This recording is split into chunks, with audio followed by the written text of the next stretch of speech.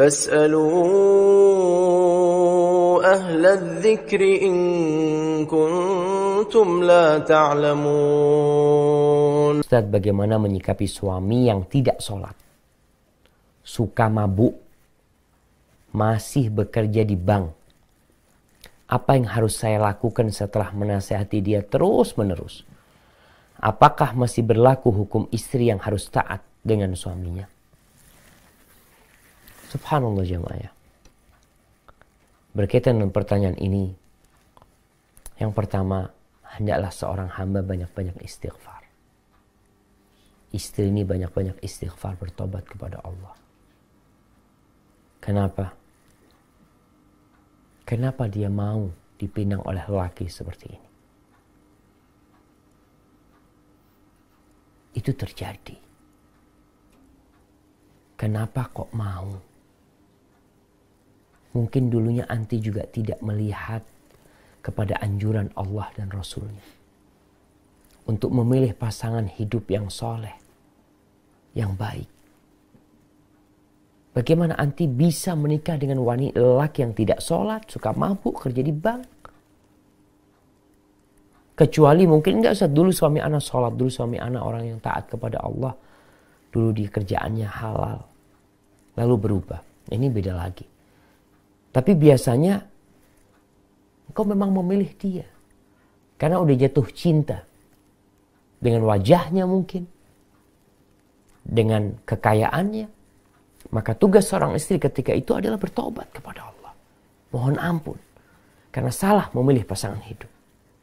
Udah dikasih aturan. Dikasih arahan. Jangan umpamanya kadang-kala di pemerintah kita nggak boleh mendaki gunung. Karena kondisi berbahaya. Dikatakan jangan mendaki gunung saat ini. Tapi ada yang melanggar aturan tersebut. Apa yang terjadi? Mati dia. Atau dia dalam kondisi kritis. Siapa yang mau disalahkan? Udah dikasih aturan, udah dikasih tahu. Dan ini yang terjadi. Maka tugas ketika orang melakukan kesalahan adalah bertobat, istighfar. Mohon ampun kepada Allah Jalla Jalaluhu. Kemudian diperbaiki suaminya. Kalau masih ada harapan dia bisa jadi baik. Perlahan-lahan. Sholatnya diajak sholat. Nggak bisa sendirian memberikan nasihat. Mungkin perlu ada pihak ketiga, orang tua memberikan nasihat pada anaknya. Yang nggak sholat. Yang suka mabuk ya. Na'udzubillah min dzalik. Kerja di bank. Bank konvensional. Haram, larinya ke yang haram. Membuat dia jadi nggak sholat. Terus bagaimana istri, apakah wajib taat? Selama dia sebagai suaminya. Selama dia sebagai suaminya. Maka istri wajib taat selama tidak dalam kemaksiatan. Kalau istri sudah nggak mampu taat, nggak bisa anak taat Ustaz. Nggak mungkin ngeliat orang kayak gini, gimana anak mau nurut, mau taat. Ketika itu anti gugat cerai.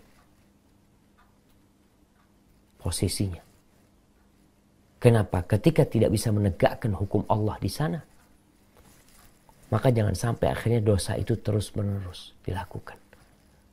Dosanya istri tidak taat sama suami. Tidak menurutin suami. Suaminya kan nggak benar. Iya, tapi dia suami posisinya. Ketika sudah tidak jadi suami, dikarenakan tadi sebab yang disebutkan, Anda nggak bisa bertahan di sini. Selesai.